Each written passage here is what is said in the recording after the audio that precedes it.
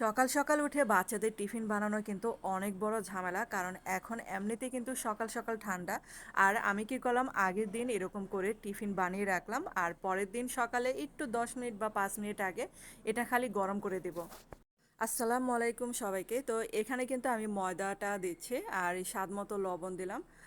আর এখানে যে শুকনো উপকরণগুলো হাত দিয়ে ভালো করে মিশিয়ে নিয়েছি, তারপর এখন দিয়ে দিলাম কিছুটা সয়াবিন তেল। আর আপনারা এরকম করে আগের দিন রাতেই বানিয়ে রাখতে পারেন। পরের দিন 5 মিনিট বা 10 মিনিট আগে উঠে এটা রান্না করে দিতে পারেন। তারপর হচ্ছে এখন নর্মাল পানি দিয়ে একটা ডো তৈরি করে নিচ্ছি। কারণ বাচ্চারা হচ্ছে এখন যেহেতু শীতকাল পড়তেছে, তার জন্য এরকম একটা নাস্তা কিন্তু বাচ্চাদের জন্য অনেক পছন্দের। আর আপনারা চাইলে এরকম করে আমার মতো বানিয়ে দিতে পারেন। আর এই যে ঢাকনা দিয়ে ঢেকে দিলাম, তারপর হচ্ছে এখানে যে চিকেনের এক পিস এখানে কিমা করে নিয়েছি ব্লেন্ডারে। আর এখন দিয়ে দিলাম গোলমরিচের গুঁড়া, কিছুটা কাঁচামরিচ কুচি দিলাম। আর আপনারা বাচ্চা যদি ঝাল খেতে না পারে তাহলে মরিচটা দিবেন না, বাদ দিবেন। আর আদা রসুন বাটা দিলাম, স্বাদ মতো লবণ দিলাম, কিছুটা সয়া সস দিলাম। আর এখন ভালো করে মিশিয়ে নিলাম হাত দিয়ে। তারপরে যে ডোটাকে আমি কয়েকটা ভাগে ভাগ করে নিচ্ছি। আর এখানে হচ্ছে যে কয়টা নাস্তা বানাবো সেই কয়টা এরকম ছোট ছোট করে লেচি কেটে নিলাম। তারপর হচ্ছে একটা লেচি নিয়ে এরকম করে আমি ভালো করে বেলে নেব, একটু আটা ছিটিয়ে নিয়েছিলাম।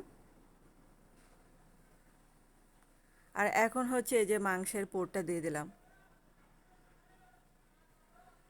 তো আমার মতে এই নাস্তাটা বানানোটা অনেক সহজ। আর আপনারা চাইলে কিন্তু এই মাংসের সাথে মাংসের কিমার সাথে একটু গাজর গ্রেট করে দিতে পারেন। আর এই যে হয়ে গেল আমার সোজা সাপটা ভাজ। তো এরকম করে নাস্তা বানিয়ে দিবেন।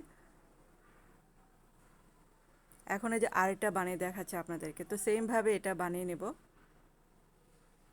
আর বন্ধুরা, আপনাদের কাছে ছোট্ট একটা রিকোয়েস্ট, যারা আমার চ্যানেলে আজ প্রথম ভিডিও দেখছেন কিন্তু চ্যানেলটাকে সাবস্ক্রাইব করতে ভুলে গেছেন, প্লিজ তাদের কাছে অনুরোধ রইল চ্যানেলটাকে সাবস্ক্রাইব করে আমার পাশে থাকতে পারেন।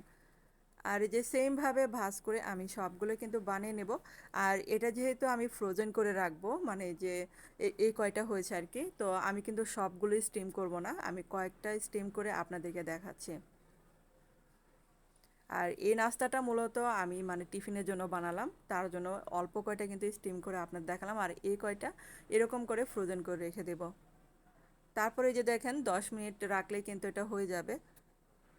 আর এরকম করে নাস্তা বানিয়ে আগের দিন রেখে দিবেন ফ্রিজে। তারপর হচ্ছে 10 মিনিট আগে ঘুম থেকে উঠে এরকম করে স্টিম করে নেবেন। আর বাচ্চারা এটা পেয়ে তো মহা খুশি।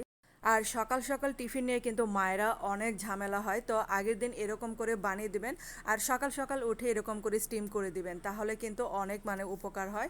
আর ধন্যবাদ সবাইকে এতক্ষণ আমার ভিডিওটা দেখার জন্য।